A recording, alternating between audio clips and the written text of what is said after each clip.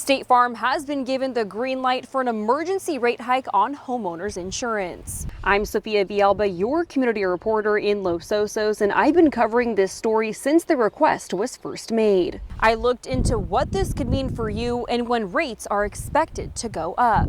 The request came after the destructive LA wildfires in January, which resulted in State Farm paying out $3.5 billion in claims. I think it's understandable because they're trying to spread their risk out, but it sure is a big hit to homeowners. We're facing unprecedented losses in California at levels that's never been seen before. State Farm is the largest insurer with 2.8 million policies across the state. Policyholders can expect an increase of 17% for homeowners, 15% for condo owners, and 38% for rental dwellings like apartments. So it keeps trickling down to the consumer. If you every year have exceptional losses, the only way to offset that is to increase costs for the consumer, which is really difficult. Terry Esselin lives in Los Osos and also owns rental property in Southern California. How much has your home insurance raised recently?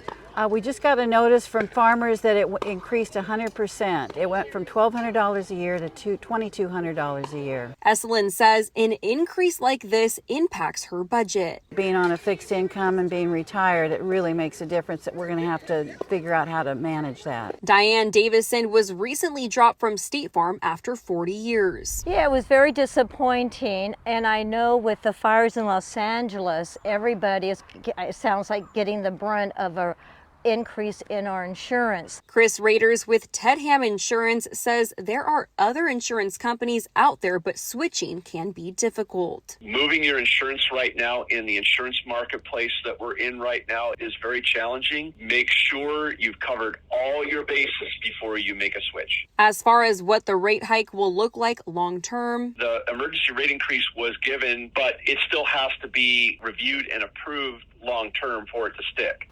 The emergency rate hike will take effect on June 1st. In Los Osos, Sophia Villalba, KSBY News.